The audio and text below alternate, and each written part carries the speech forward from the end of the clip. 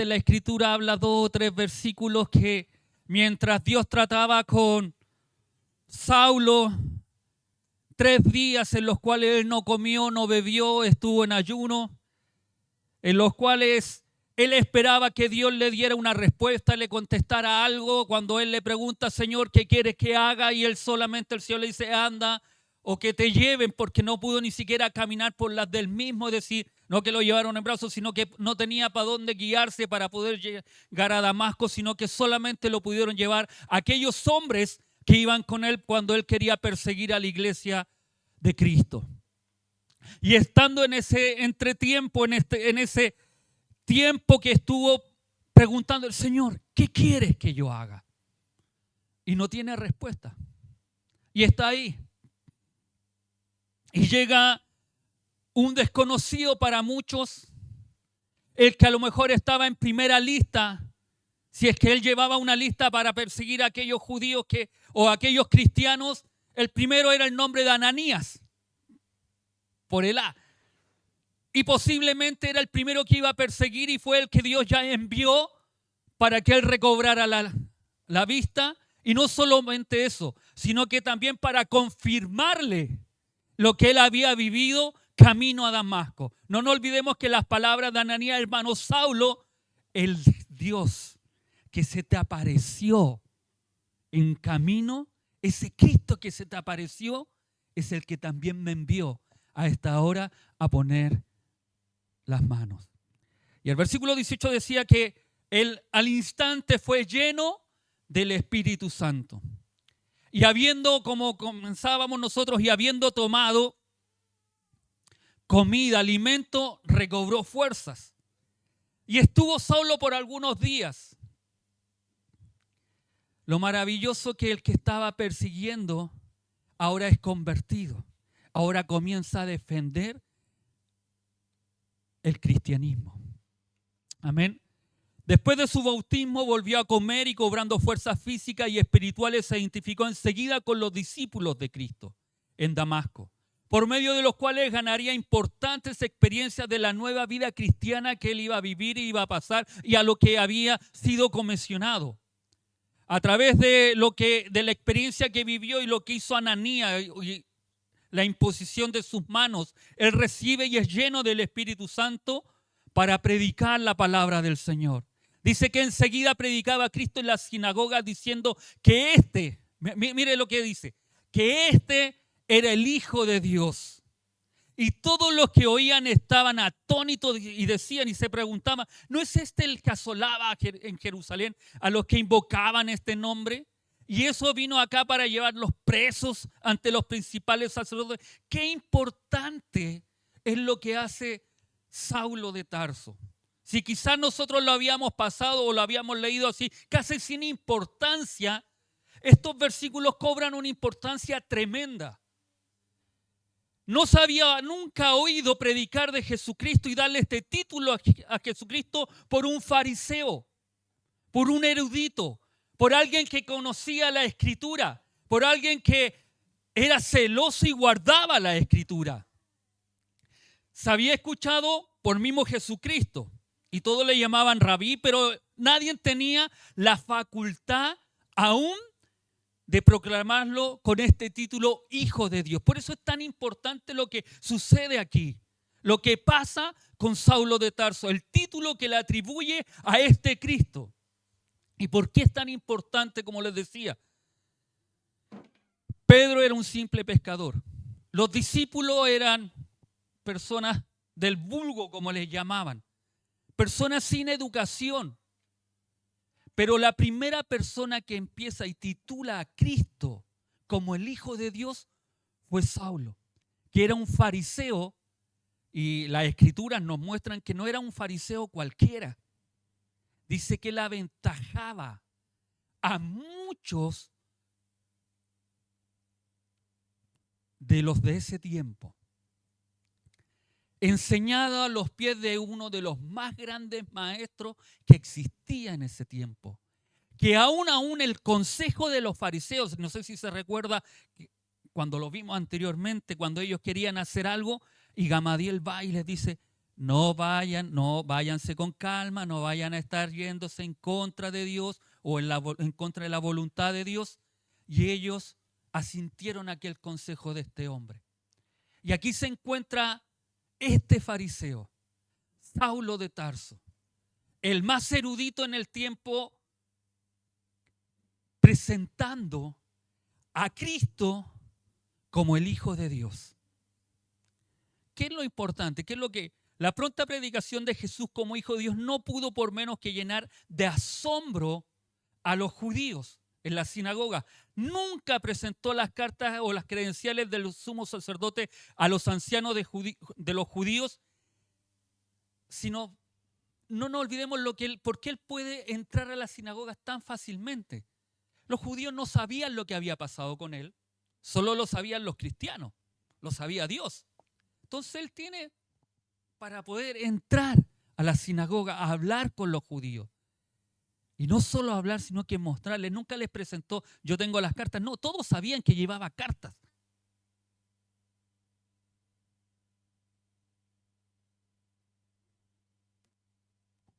Se sabía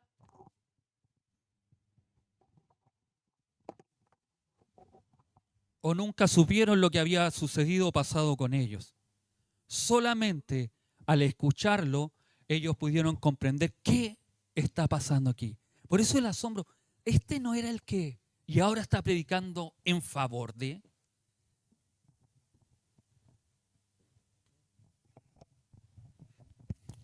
Sin que me diera un intervalo que explicara cambio tan radical, empezó a establecer la fe que había venido a destruir.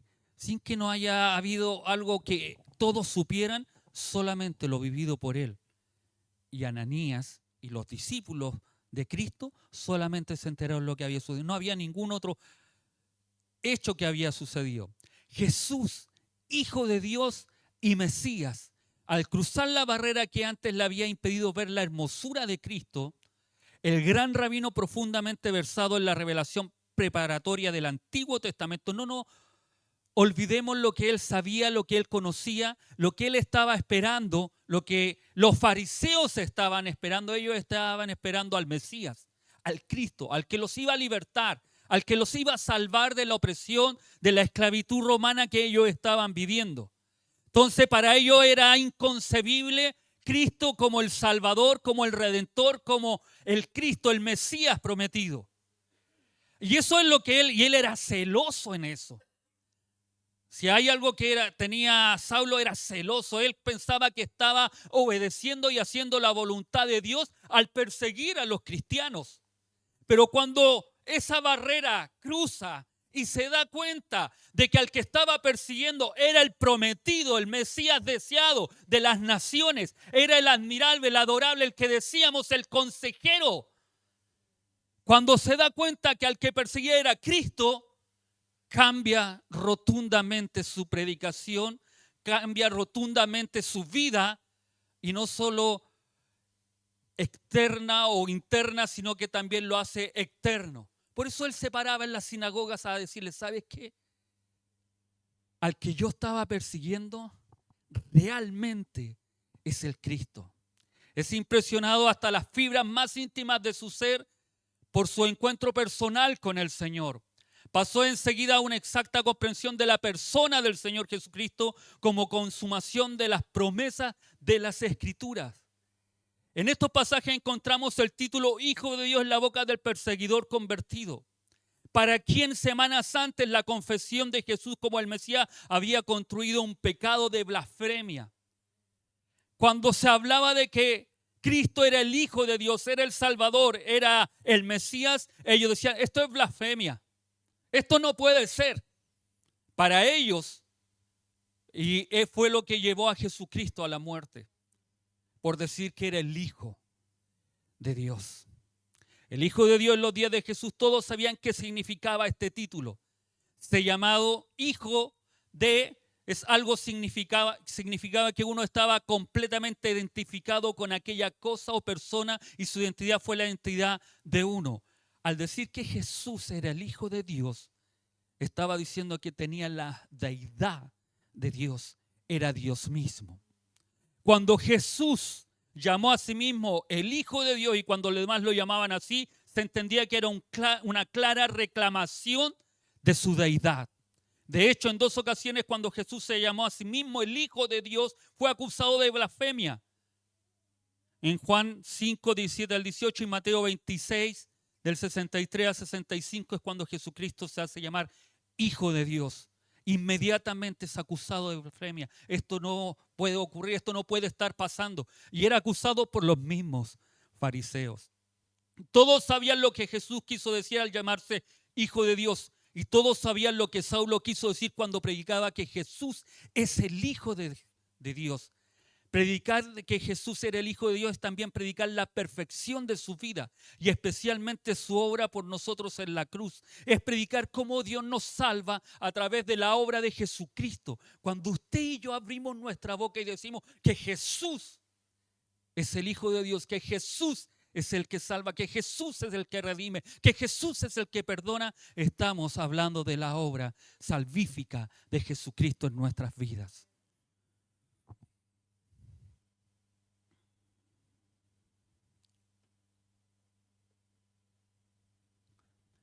Uniendo las declaraciones, Jesús es el Hijo de Dios, Jesús es el Mesías, discernimos el germen de mucho de la cristología que Pablo fue llamado a exponer en sus epístolas, redactada entre los años 50 al 64. Si hay alguien que escribió más epístolas, fue Saulo.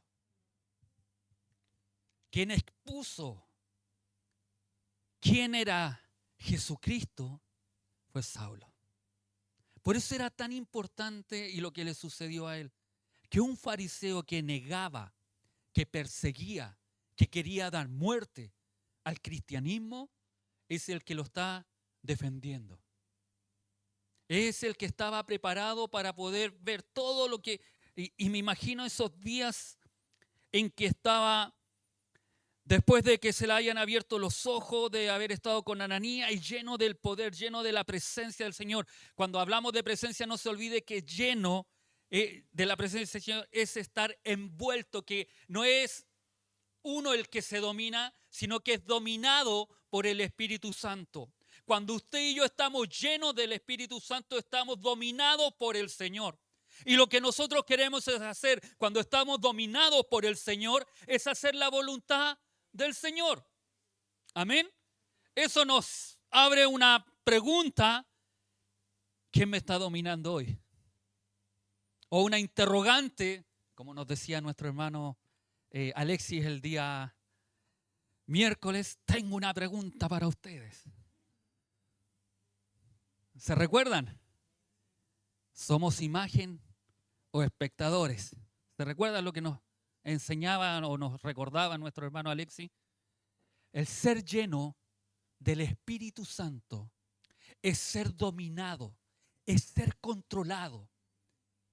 No por nuestro pensamiento, nuestra infraestructura, lo que podamos creer, pensar o nuestras tradiciones, como lo era Pablo, como lo era Saulo.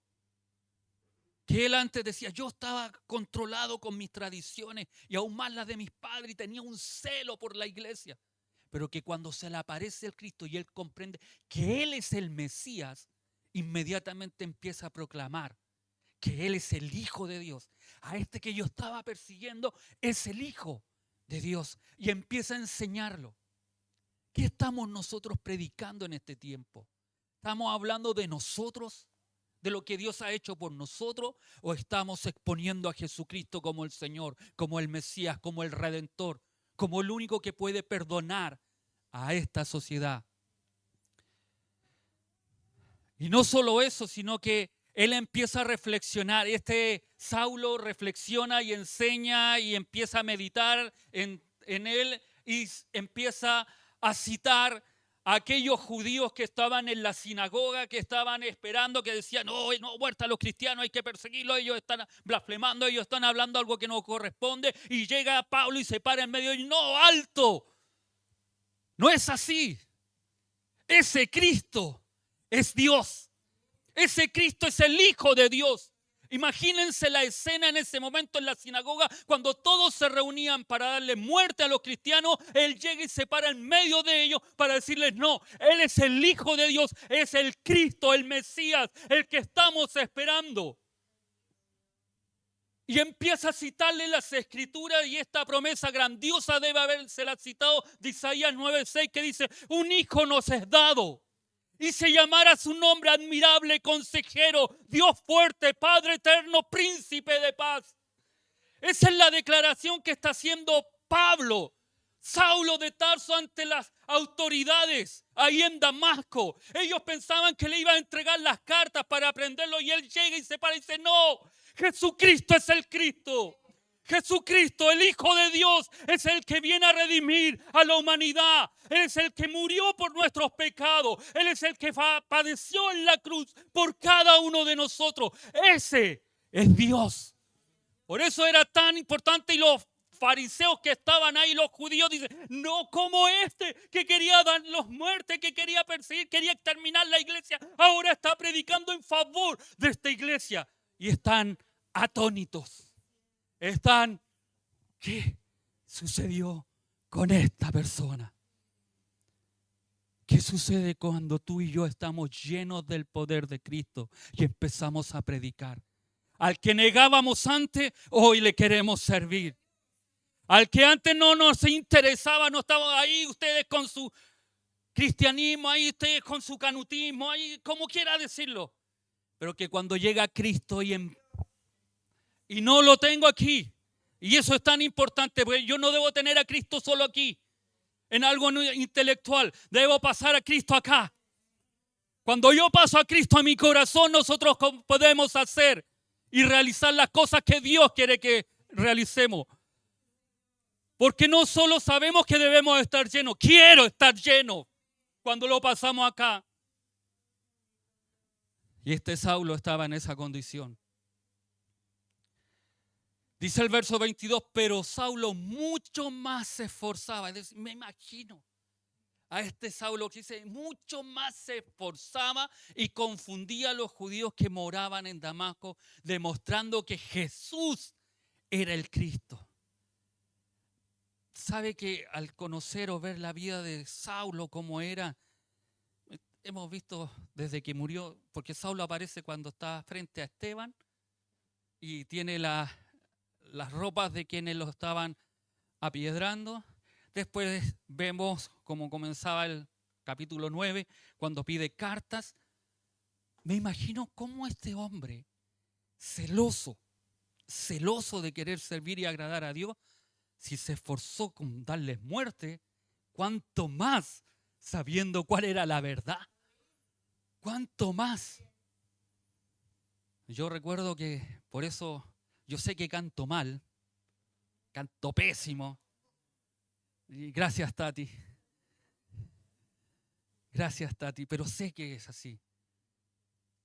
Pero no me importa, porque si antes yo gritaba al equipo de mis colores e iba al estadio y era capaz de tener tiempo gritando y alentando, ¿cuánto más debo gritar, adorar y bendecir al que me ha dado la vida? Por eso, aunque cante mal, Tati, me vas a seguir escuchando. Y aunque tenga o no tenga micrófono, voy a seguir adorando a este Rey que me ha dado la vida, que me ha dado esperanza. Entre el versículo 21 y 22, uno ve que es continuo. Pero hay un lapso casi de 3 años que aquí en el libro de los Hechos pasa como coladito. Pero no es así. En Gálatas 1, del 15 al 17, la Escritura nos muestra cómo Pablo o Saulo, como quiera, da lo mismo. Más adelante veremos cuándo pasa de Saulo a Pablo. Pero aquí todavía está Saulo.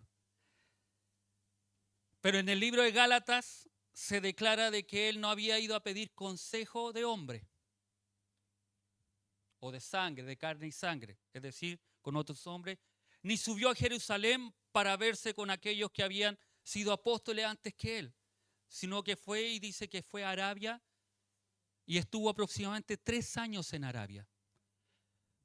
No da más luz en la escritura, sino que son solamente filosofías de algunos teólogos, pensamientos, de lo que fue a hacer a Arabia. Lo importante que él dice, yo fui a Arabia, estuve 3 años y después volví a Damasco, que es lo que se expresa en el capítulo 22. ¿Se entiende? Del 21, inmediatamente, es decir, 19 al 21, nos está hablando una vez que él recibió la vista, él se pone a predicar y a entrar a la sinagoga. Él después del 21, en ese lapso, él va a Arabia, está durante 3 años, dice la Escritura, y después regresa a Damasco. Y allí, nuevamente, cuando él regresa, no regresa, sino que él regresa con lo que dice el versículo 22. Pero Saulo más se esforzaba. Es decir, mientras estos 3 años que estuvo, yo pienso, esto es pensamiento mío, no está en la Escritura, pero yo pienso que en esos 3 años que él estuvo en Arabia, él meditó, él estudió, él comparó, él vio la obra de Jesucristo, y más aún cuando él dice en otros escritos que a él no se le fue dada por hombre, sino que el mismo Jesucristo le enseñó, lo instruyó. Entonces me imagino que mientras él aprendía, él llega con más fuerza a predicarle a aquellos judíos. Y después de 3 años que lo habían escuchado, cuando él se paraba, se fue a Arabia, menos mal que se fue este Saulo, a lo mejor habrán dicho. Y después de 3 años vuelve este fariseo ahí. Vuelve Saulo a pararse en la sinagoga y a decirle, ¿saben qué? Pude haber estado 3 años en Arabia, pero hoy vengo con más fuerza a decirle que Jesucristo es el Mesías. Volvió luego a Damasco, continuando enseguida las discusiones con los judíos en las que salían tan mal parados que se confabularon entre sí para matarle. Esto es importante, porque cuando él tiene el conocimiento y le empieza, ¿sí sabes qué? Jeremías habla de Cristo. Isaías habla de Cristo. Moisés, ¿se recuerdan cuando vimos esa parte que Esteban decía? Que después de Moisés iba a venir otro, pero ese otro era antes que él. Y empieza a exhortarle, ¿sabes? Esto. Hablan de Cristo. Hablan del Mesías. Y este Cristo. Verso 23, pasados muchos días, los judíos resolvieron en consejo matarle. Pero sus acechanzas llegaron al conocimiento de Saulo y ellos guardaban las puertas de día y de noche.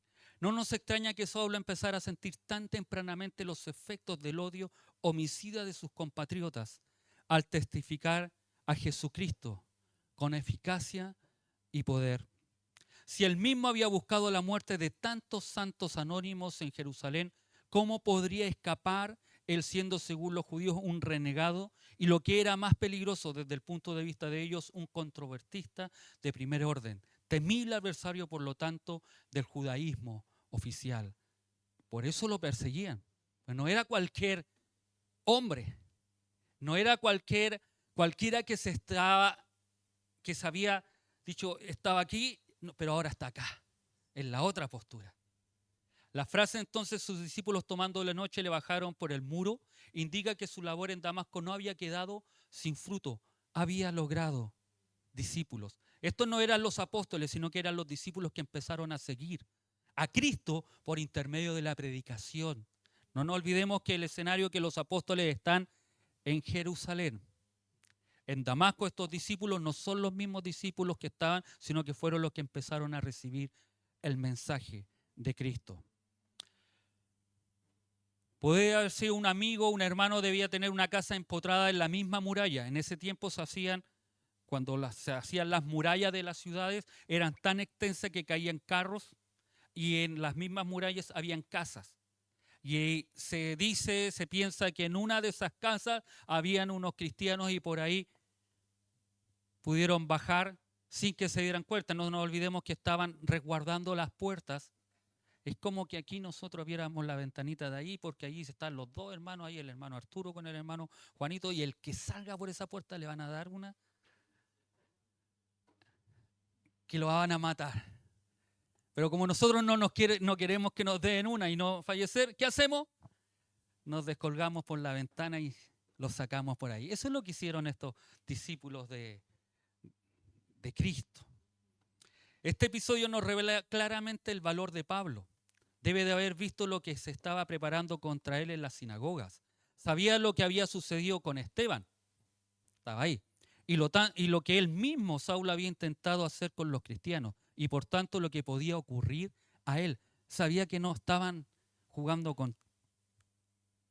Así, no, si es una broma. Como a veces dicen los chicos cuando hacen una broma y después dicen, no, si es una broma. No, esto era real, esto era verdad. Lo que a él le iba a suceder, es decir, si lo pillaban, lo mataban. Amén. Yo no sé si tú estás dispuesto a eso. Si a veces porque no me saludan, ya decimos que nos queremos ir. Imagínate que te amenaces, ¿sabes qué? Si tú sigues hablando de Cristo, no te voy a hablar más. ¿Qué haces tú? ¿Qué haces con tu familia cuando ellos te dicen, no quiero que me hablen más de Cristo, tú y tu religión? Yo recuerdo mucho a mi mamá cuando hace muchos años atrás ella nos decía eso. Tú y tu religión y que no tienes tiempo para compartir con nosotros y aquí y allá. Pero hoy me gozo en ella porque ella hoy lo entiende. Hoy ella se convirtió, está sirviendo al Señor y entiende lo que era en nosotros ese querer agradar a Dios. No ir porque me vean, sino que ir porque voy a adorar a este Rey de Reyes. Y después uno va entendiendo aquellas cosas y ya no, bueno, nos quitarán el saludo, nos quitarán esto otro, a lo mejor, como Orlandito. Con Inesita, cuando se casaron, usted conoce la historia de ellos y si no la conoce, invítelo a su casa para que le cuente la historia. Yo no se las voy a contar, pero es una maravillosa historia porque ahora yo veo a quienes se opusieron, hemos llegado hoy, o en otras oportunidades, en otro día, hemos llegado a sus casas y hemos podido orar. Ellos mismos han pedido oración. Y no solo eso, ellos mismos han estado acá. Y eso se logra cuando tú y yo podemos seguir adelante. No veo, Enesita.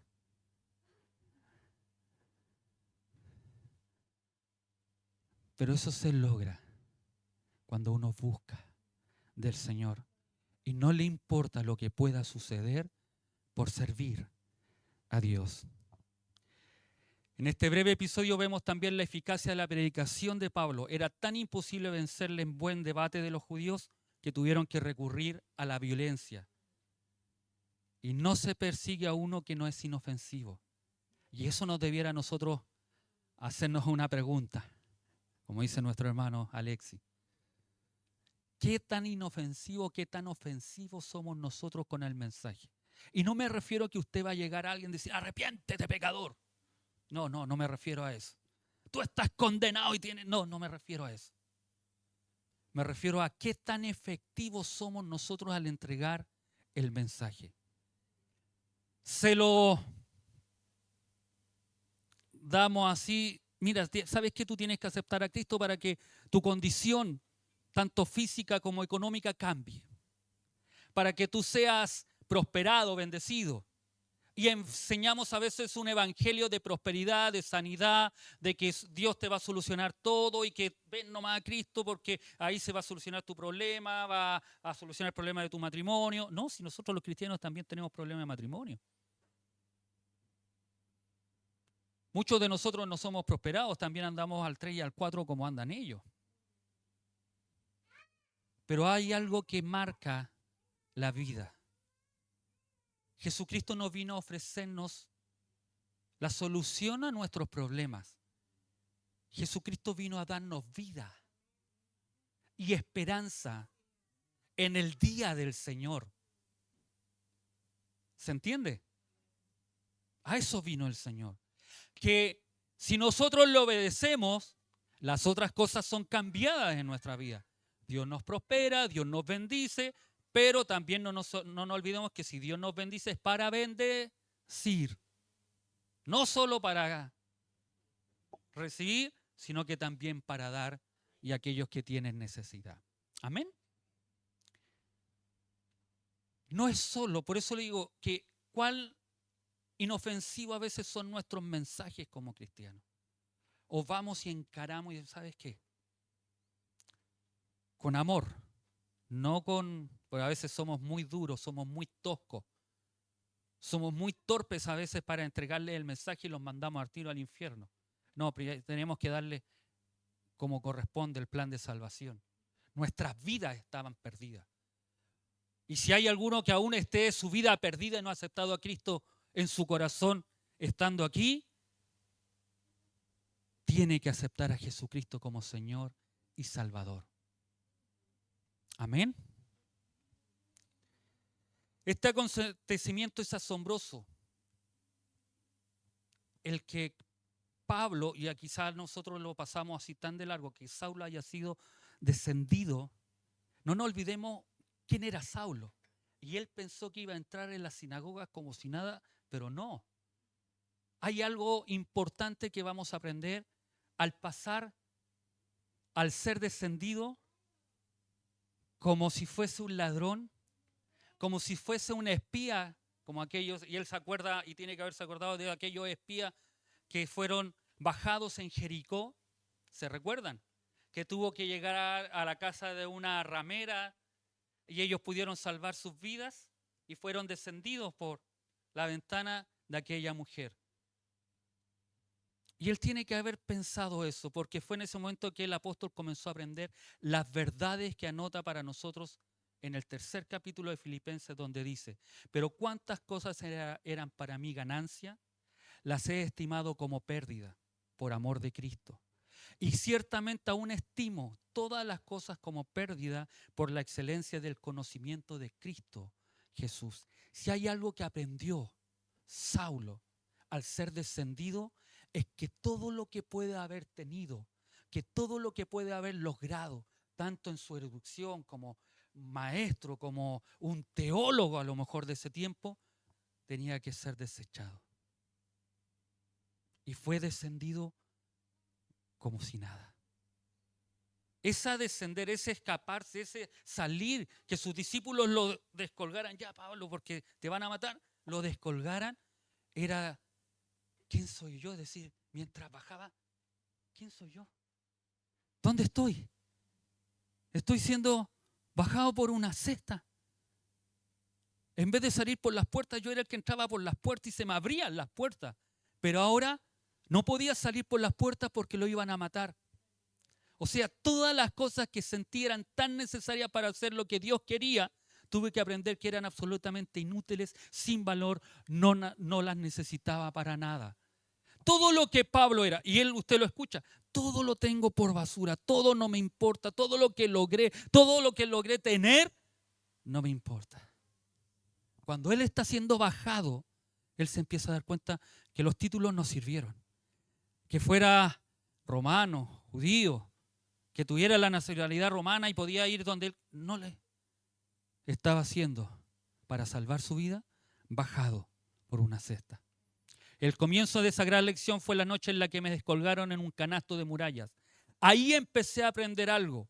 Tardé bastante tiempo en entenderlo. Pero ahí empecé a aprender que Dios no necesita mis habilidades. Necesita solo de mi disponibilidad. Solo me necesita a mí como persona. Si hay algo que tú puedes decir, no, es que Dios me necesita, y a veces nos sentimos orgullosos de eso. No. Dios no necesita nuestras habilidades. Dios necesita tu disposición para servirle. Tu disposición, no lo que tú tengas, tu disposición para servir al Señor. No necesita mi trasfondo, no necesita mi linaje, no necesita mi conocimiento de hebreo, no necesita mi conocimiento de la ley. No necesitaba ninguna de estas cosas para nada. De hecho, no tenía ninguna intención particular de utilizarlas para alcanzar a los judíos. Me iba a mandar a los gentiles, dice Pablo. ¿Sabe que A veces nosotros nos equivocamos y pensamos porque tenemos influencia o pensamos que ahí es donde Dios nos manda. Pero no es así. Pablo se dio cuenta cuando estaba siendo descendido que lo primero que el Señor lo mandó a hacer es predicarle a los gentiles, no a los judíos. Y es como algo contradictorio, porque cuanto más le enseñaba a los judíos, que después lo vamos a ver, cuanto más le enseñaba a los judíos, más los judíos se negaban a escuchar la voz. Y predicaba a Pedro, que no tenía ningún conocimiento, y los judíos se convertían. Pero predicaba Pablo a los judíos y los judíos nada. Pero Pablo le predicaba a los gentiles y se convertían. Le predicaba a los griegos y llegaban en masa. No así Pedro, porque Dios tiene los tiempos y tiene las personas precisas para predicarle. Amén.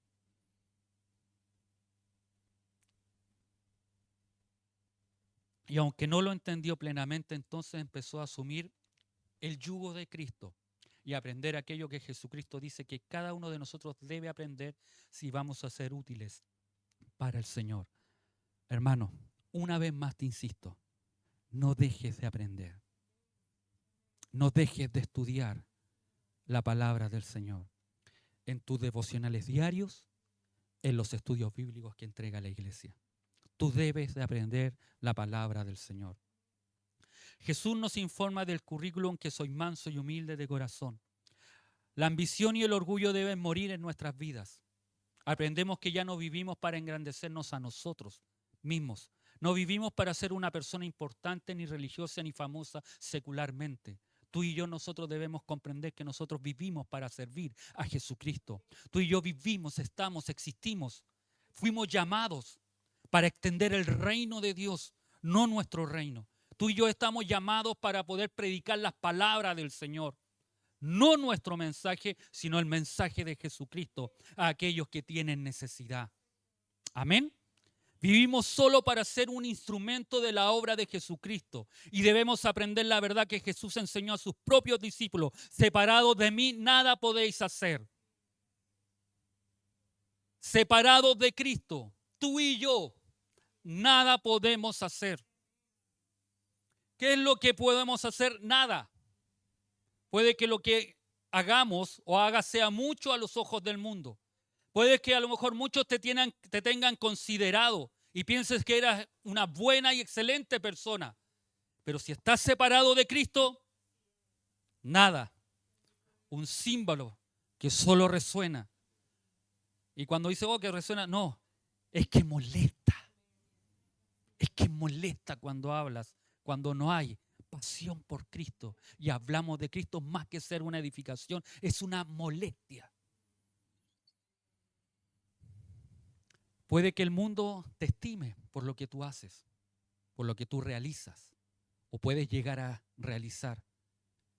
Pero a los ojos de Dios, tú y yo, si estamos separados de Él, nada somos. Si estás dependiendo de ti mismo, Dios evalúa todo lo que haces como si no valiera nada. Esto es lo que Pablo comenzó a aprender por medio de esta experiencia. Su orgullo comenzó a morir cuando iba siendo bajado por los discípulos. El gran apóstol Pablo, el gran Saulo, el gran perseguidor, el gran fariseo, comienza a comprender que su vida no es nada. Y todo lo que puede llegar a ser es rendir su vida completamente a Cristo, y es lo que nosotros vemos desde ahí en adelante.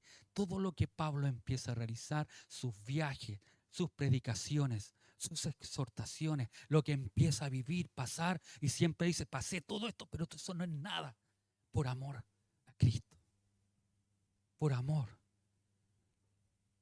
¿Qué es predicar así a Cristo? Saulo predicó a Cristo como el Hijo de Dios, y no podemos predicar correctamente a Cristo sin poner en primer plano esa gran verdad en nuestra vida. Yo no puedo predicar a Cristo si no creo que Cristo sea el Señor. Yo no puedo predicar a Cristo si no creo que Él sea el Dios todopoderoso, creador de todas las cosas, que Él sea el ser más divino e importante. Y al verlo de esa forma, aunque es eso, se fijó en mí, se fijó en ti. Todo el tejido del cristianismo descansa sobre esto. Cortar esto debajo de nosotros, y en qué nos apoyaremos si no tenemos conciencia, si no bajamos a Cristo de aquí y lo ponemos acá. Debemos ponerlo en nuestro corazón. No solo como intelecto, como les dije anteriormente, sino como una razón de vida. Yo soy cristiano, tú eres cristiana. Pero Cristo no está en tu mente, o no solo en tu mente, sino que también está en tu corazón. Y cuando lo vemos de esa forma, sabes que tú no puedes descansar. No puedes descansar. Quieres hablarles a otros de Cristo. Quieres las cosas que te están pasando, los sufrimientos no te importan. Bueno, estoy en esto. Yo escucho a veces a Martita y decir, y ella, no es que esté solo, no. Ella dice, a pesar de todo, yo igual creo en Cristo. Me sane o no me sane. Yo le he escuchado decir, me sane o no me sane y tenga que morirme, yo sigo creyendo en Cristo, sigue creyendo en la esperanza. Y esa es convicción de quién es Cristo en su vida. La pregunta, ¿quién es Cristo en tu vida? ¿Cómo estás viviendo el cristianismo? Cuando te va bien, sí, soy cristiano, pero cuando te va mal, así es, mi hermana Luz, mira. Así debe ser nuestra convicción, a pesar de lo que pueda estar viviendo, sigo a Cristo. No hay solución, sigo a Cristo. Predico a Cristo. Me entrego a Cristo. Eso es lo que mueve a este Saulo que está siendo desprendido. Ya no soy el que podía entrar por la ciudad. Imagínense, es lo que está sucediendo. Él ya no era el que podía entrar por la ciudad como siempre lo había podido hacer. Orgulloso, ahí viene Saulo. Como le digo, ábranle las puertas. Ya no podía. Tenía que andar escondido. Porque no solo lo empiezan a perseguir en Damasco, después lo quieren perseguir en Jerusalén. Y después lo empiezan a perseguir el Imperio Romano. Y él empieza a hablar, a predicar, a exhortar, a llevar a otros a Cristo. Y ahí sigue predicando de Cristo. Y cuando lo iban a echar y cuando estaba naufragando, no, alto, Dios me dijo que ninguno de ustedes, imagínense, qué convicción, qué llenura tenía este hombre. ¿Cuánto nos falta tener esa disposición? No la erudición, ni siquiera a lo mejor lo que Pablo tenía o conocía este Saulo de la Escritura. Quizá hay muy poco de lo que nosotros conocemos de la palabra del Señor. Quizá ni el 10% conocemos, pero que ese conocimiento que tengamos de Cristo sea nuestra convicción, nuestro motor para llevar, para predicarle a otros de Cristo. Y ese poco conocimiento que tengamos nos lleve a querer conocer cada vez más de este Señor. Cristo es el sacrificio por los pecadores. Él es nuestra esperanza para la eternidad. Él es mi Salvador, es Dios. Entonces mi esperanza está puesta en Cristo. Y sé que a quien he creído y estoy seguro de que es poderoso para guardar lo que Él me ha prometido hasta el fin. Cuando tú y yo tenemos esa convicción, Dios empieza a obrar en nuestras vidas.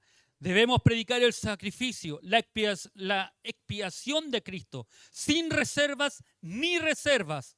La obra de Cristo es lo que siempre ha sido. Ningún cambio en los modos modernos de pensamiento, de opinión, han alterado las doctrinas esenciales del cristianismo. ¿Sabes que pueden venir muchos cambios que el ser humano quiera hacer, realizar? Pueden filosofar, pueden ser o no ser. El ser humano aquí, allá, pueden mostrar cosas, pero no hay nada que cambiará el evangelio. No hay nada. Desde que comenzó la obra, la comenzó Cristo teniendo misericordia de cada uno de nosotros. Pueden morir muchas otras personas, pueden venir muchas otras personas, pero la única que murió para salvar al ser humano fue Cristo. Y a través de su muerte tú y yo tenemos esperanza de vida eterna. En su muerte y en su resurrección, la doctrina no cambia. Las filosofías se pueden unir, los países. Podemos llegar a lo mejor a tener un gobierno único, que está escrito. Para los que no saben, está escrito. Un único gobierno a nivel mundial. Se pueden reunir y ya no nos vamos a llamar Chile, nos vamos a llamar, no sé. Póngale el nombre que usted quiera, que reúna a todos los países. Pero a pesar de todo eso, que la ciencia avance, hay una sola forma de que tú y yo seamos salvos. Y este es Jesucristo. Y ese Cristo estaba predicando Pablo a esos judíos. Y aunque se puedan unir, como digo, solo Jesús, y eso no cambia. Eso trasciende. ¿Y sabes lo más hermoso de todo, amada iglesia? Que hoy tú, Dios te ha llamado para que seas el Pablo o el Ananías, como aprendíamos en tiempo atrás, de este tiempo. La iglesia está reservada y preservada para llevar el mensaje de Cristo. Tú a lo mejor en la iglesia te puedes sentir insignificante, que no tienes valor, que no sirves para nada, que vas, vienes, escuchas, cantas y después te vas a la casa como si nada. No, hermano. No, hermano. No, hermana. Aunque aquí no te es considerado, aunque aquí no lleves a lo mejor ni siquiera una oración, aquí no te llamen ni siquiera para pararte en la puerta, ni siquiera para recibir la ofrenda, aunque no te llamen para eso, que a lo mejor puede ser un trabajo insignificante que tú piensas hacer aquí, que déjame decirte que tú fuiste llamada para preservar el evangelio. Tú fuiste llamada para predicar de Cristo. ¿A quién se está perdiendo? No eres insignificante. La edad no te hace decir yo ya trabajé, no. Para mis viejitos queridos, aún en este tiempo ustedes son útiles para hablarle a aquellos que tienen necesidad, para aquellos que se están perdiendo. Ninguno sobra, sino que al contrario, faltan obreros, dice la Escritura. Faltan obreros para la viña. Faltan obreros para que trabajen al Señor. Faltan hombres y mujeres que se dispongan a decir, Señor, ¿qué quieres que yo haga? Como dijo Saulo, Señor, ¿qué quieres que yo haga? Anda y predica. Si tú me preguntas, Señor, ¿qué quieres que haga? No es que llegues acá arriba. Es que vayas y le prediques a aquel que tiene necesidad, a aquel compañero de curso, a aquel compañero de trabajo, a aquella persona que vive cerca tuyo, que a veces no sabes por qué te cuentan los problemas que ella tiene. Tú tienes una respuesta para poderles dar a ellos. Si tienes a alguien que te dice, ¿sabes qué? Yo estoy enfermo, estoy aquí, estoy allá. Primero, antes de su sanidad, es que él salve su alma. Que tenga una reconciliación con el Señor. Para eso, tú y yo debemos estar disponibles para el Señor. No para que logres los éxitos que muchos te ofrecen. No para que logres tus sueños, tus metas, tus anhelos. Qué lindo sería que nuestra meta, como decía el apóstol Pablo, es llegar al mayor número de personas. Yo en mi cuerpo me gustaría ya no estar. Pero si Dios me tiene aquí, me mantiene aquí, es para llegar a otros, a Cristo. ¿Cuántos de ustedes, cuántos de nosotros estamos dispuestos a eso? No debemos adaptar nuestra predicación a la educación o a la política de los tiempos. Debemos predicar el mismo evangelio glorioso que Pablo predicó cuando levantó la cruz de Cristo como la única esperanza de un mundo perdido y arruinado. Y me imagino entrando en esas puertas de la sinagoga en Damasco, que no eran pocas, eran muchas. Y levantando, ¿sabe qué? Al que nosotros crucificamos, realmente era el Cristo, ¿no? Qué glorioso ese momento. ¿Qué estás diciendo, Pablo? ¿Qué estás diciendo, Saulo? Sí, que ese que nosotros crucificamos, que ese que nosotros le dimos muerte, que ese que nosotros dijimos que era una blasfemia, era mentira, realmente es el Cristo, realmente es nuestro Salvador, realmente es el único que la humanidad puede tener redención. Qué maravilloso. Fue valiente, no simplemente inscribió su nombre en la lista de los discípulos, ni se contentó con hablar en privado con sus antiguos conocidos, ni abrió algún apartamento privado donde los judíos pudieran escuchar su testimonio. Pero en el día de reposo, cuando las sinagogas estaban abarrotadas, Saulo, ante amigos y enemigos, hizo pública su confesión. Jesús, ¿sabes qué? Yo antes era un perseguidor, pero ahora no soy un perseguidor, sino que proclamo el nombre de Jesucristo.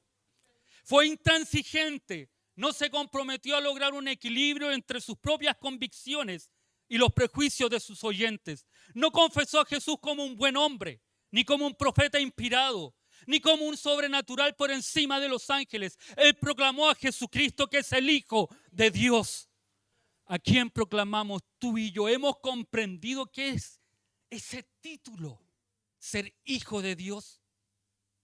En una cosmovisión que vivía judía, donde nombrar el nombre de Dios para ellos era tan sublime que si lo nombraban mal era como pecado. Pablo se levanta y dice, ese es el Hijo de Dios. Ese es Dios. Qué maravilloso. La manera de Saulo fue bíblica. Confundió a los judíos al probar con las escrituras que Jesús era el Cristo. El que hace esto se encuentra en un terreno elevado y ventajoso. Son los hombres que son poderosos en las escrituras, cuyas enseñanzas se ven coronadas con el éxito. Por eso es tan importante aprender, hermanos, para que tú sepas de quién hablas, con convicción. Y cuando venga la lucha, la prueba, tú puedas seguir, manteniéndote firme, a pesar de las pruebas. Pero es que a usted no le pasa esto, pastor. Sí, a lo mejor yo no vivo lo que tú estás viviendo. Yo no vivo tu día a día. Y a lo mejor hay cosas que yo no comprendo, como la pastora que está enferma y yo a veces no comprendo y a veces puedo ser indolente con lo que a ella le pasa porque yo la veo hacer sus cosas igual. Yo estuviera en su condición, yo ya estaría haciendo el testamento. Me levantaría con dolor y me acostaría con dolor. Pero como yo la veo que hace sus cosas y más encima hace pan amasado y soy tonto, ignorante en aquellas cosas, indolente a lo mejor en tratarla. Porque la veo hacer cosas y yo, no, si no le duele. Porque le digo yo sinceramente me duele un dedo o me levanto un poco mal, estoy todo el día mal. ¿Ah? Todo el día acostado, sí. Y como mis chicos me molestan, mis niños, porque ellos me molestan, ellos dicen, no, el papá está haciendo testamento. A veces somos así nosotros los varones. Bien por ustedes las mujeres, las felicito, porque aperran a todas y pueden sentir dolores, pero siguen adelante. Siguen adelante. Pero no me quiero ir del mensaje. Nos falta, porque a pesar de todo lo que ustedes viven, ustedes siguen confiando en Cristo, siguen predicando a Cristo, siguen confiando a pesar de las enfermedades y aunque no son sanadas, que Cristo es real. Amén. Fue intrépido, valientemente no vaciló por miedo a los prejuicios o a la oposición, no consultó las parcialidades y caprichos de sus oyentes. Nunca se necesitó tanto predicar como ahora.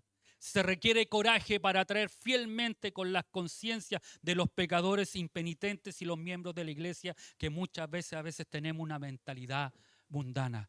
Hoy más que nunca se necesita predicar la verdad. Con mentes mundanas que tenemos, que estamos pensando más en la mundanalidad, que estamos pensando más en lo de afuera que en lo de acá, debemos predicar a Jesucristo. Y fue humilde en el nombre del Señor Jesús. Y esto es maravilloso porque el que era Saulo, no era cualquier persona, siempre dijo que todo lo que había hecho fue en el nombre del Señor Jesús. No asumió ninguna autoridad o superioridad propia. Él no era más que el portavoz a través del cual Cristo habló. Confió en el poder de Cristo para hacer efectivo su mensaje. No eres tú. No eres tú. Tú eres el instrumento que Dios quiere usar. Dios necesita o Dios quiere usar tu disponibilidad para llevar a otros a Cristo. Pero no eres tú. Es Dios. Cada vez que prediques, cada vez que hagas, no te atribuyas a ti la gloria.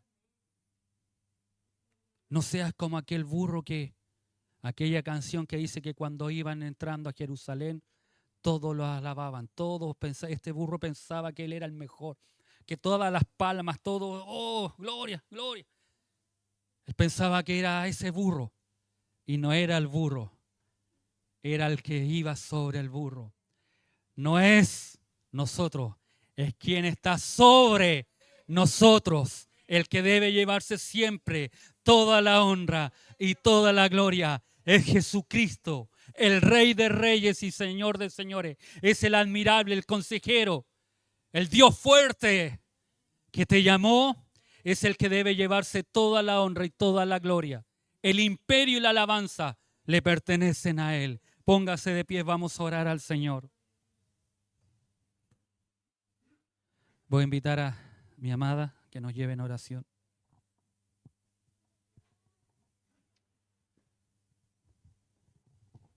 Padre eterno, te damos muchas gracias por esta su palabra. Gracias, mi Dios, por enseñarnos. Gracias, Señor, por desafiarnos y motivarnos.